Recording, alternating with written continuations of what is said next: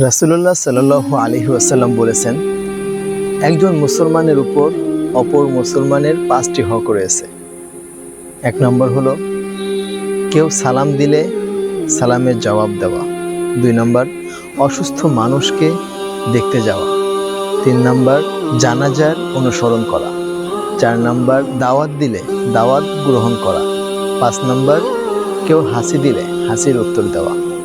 আর এক হাদিসে রাসূলুল্লাহ সাল্লাল্লাহু আলাইহি ওয়াসাল্লাম বলেছেন, যে ব্যক্তি কোনো অসুস্থ ব্যক্তিকে দেখতে যায়, সে ফিরে না আসা পর্যন্ত সে জান্নাতের ফল বাগানে যেন বিচরণ করে। আলহামদুলিল্লাহ।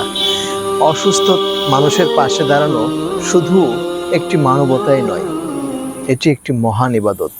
এজন্য আমরা অসুস্থ মানুষকে কোনো রকম অবহেলা করব না।